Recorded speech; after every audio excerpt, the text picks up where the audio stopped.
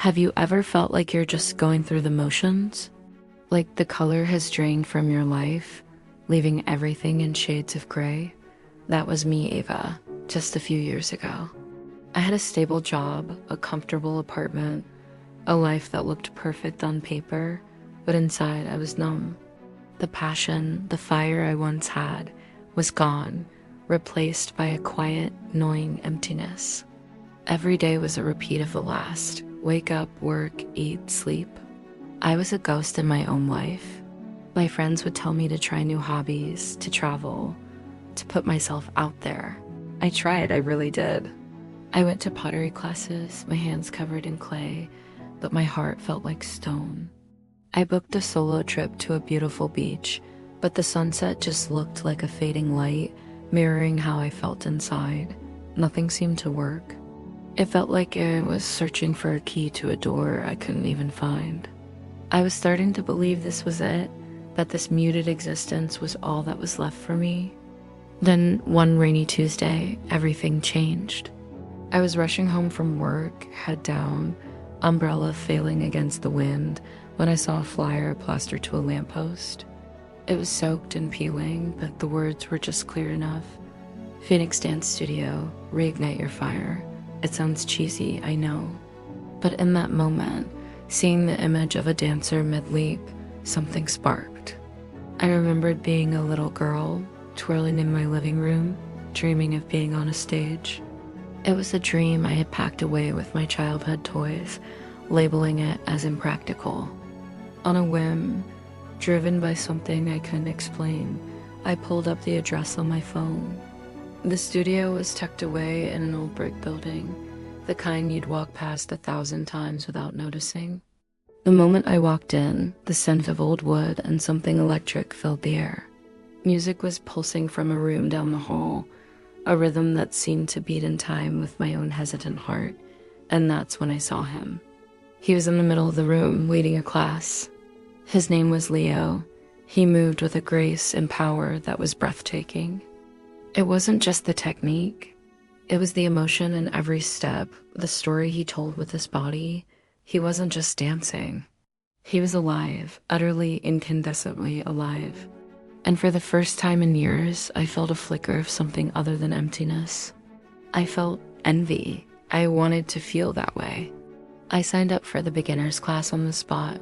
The first few weeks were a disaster. I was clumsy, self-conscious, and constantly tripping over my own feet. I was the oldest one in the class, surrounded by nimble 20-somethings who seemed to pick up the choreography effortlessly. More than once, I wanted to quit, to retreat back to the safety of my gray world. But then I'd see Leo. He never made me feel inept. He had this way of seeing past the awkwardness. He'd adjust my posture with a gentle touch, his eyes holding a patient encouragement that made me want to try harder. "Don't think, Ava," he'd say, his voice a low hum over the music. "Just feel. The music is telling you what to do. Your body already knows the language. You just have to let it speak." Slowly, painfully, something started to shift. I stopped comparing myself to others and started focusing on the feeling. The feeling of my muscles stretching, of my feet connecting with the floor, of my body moving through space. It was a conversation without words. The numbness began to recede, replaced by the ache of tired muscles and the exhilarating rush of finally nailing a sequence. Color started seeping back into my world. I started noticing the shade of the sky again, the taste of my morning coffee, the sound of laughter in the street. My connection with Leo deepened too. We started staying late after class, talking. He told me about his own journey, how dance had saved him from a dark time in his life. He saw the same hunger in me that he once had. There was an unspoken understanding between us, a bond forged in shared vulnerability and the sweat and effort on the studio floor. He saw the person I was trying to become, not the shell I had been. One night, after a particularly grueling practice, we were the last two left. We were just sitting on the floor, breathing heavily, when he reached out and tucked a stray piece of hair behind my ear. The air crackled. The space between us shrank until it was non-existent, and he kissed me. It wasn't like in the movies. It was quiet and gentle, and it felt like coming home. It felt like every broken piece of me was suddenly being seen and held. That kiss was the beginning of everything, and the beginning of the end. Our relationship was a whirlwind, a passionate dance of its own. In his arms, I felt reborn. The studio became our sanctuary, our world. We were inseparable. We created dance routines together, our bodies moving as one. It was a beautiful, intoxicating dream. But dreams, as we know, often have a harsh awakening.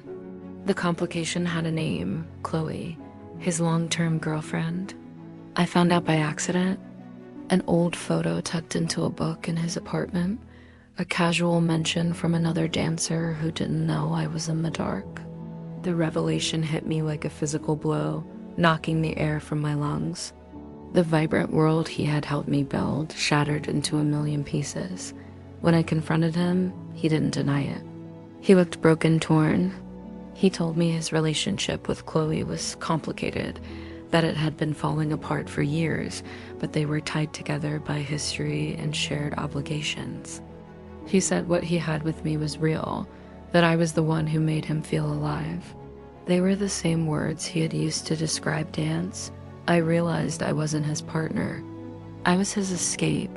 Just like the dance studio was for me, I was devastated. The anger and the betrayal were a storm inside me. How could he do this?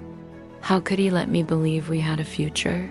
For a week, I didn't go to the studio.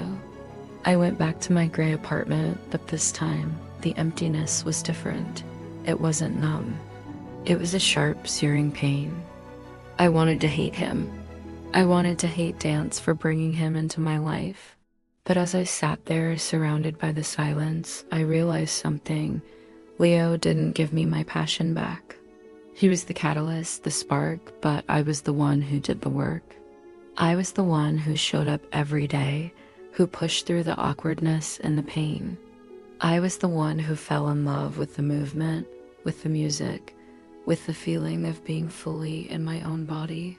He had opened a door, but I was the one who had walked through it. The fire wasn't his to give, it was mine. It had been there all along, buried under years of neglect. He just helped me find the kindling. With that realization, the storm inside me began to quiet. The pain was still there, but it was no longer all-consuming. I made a decision. I walked back into that studio. Not for him, but for me.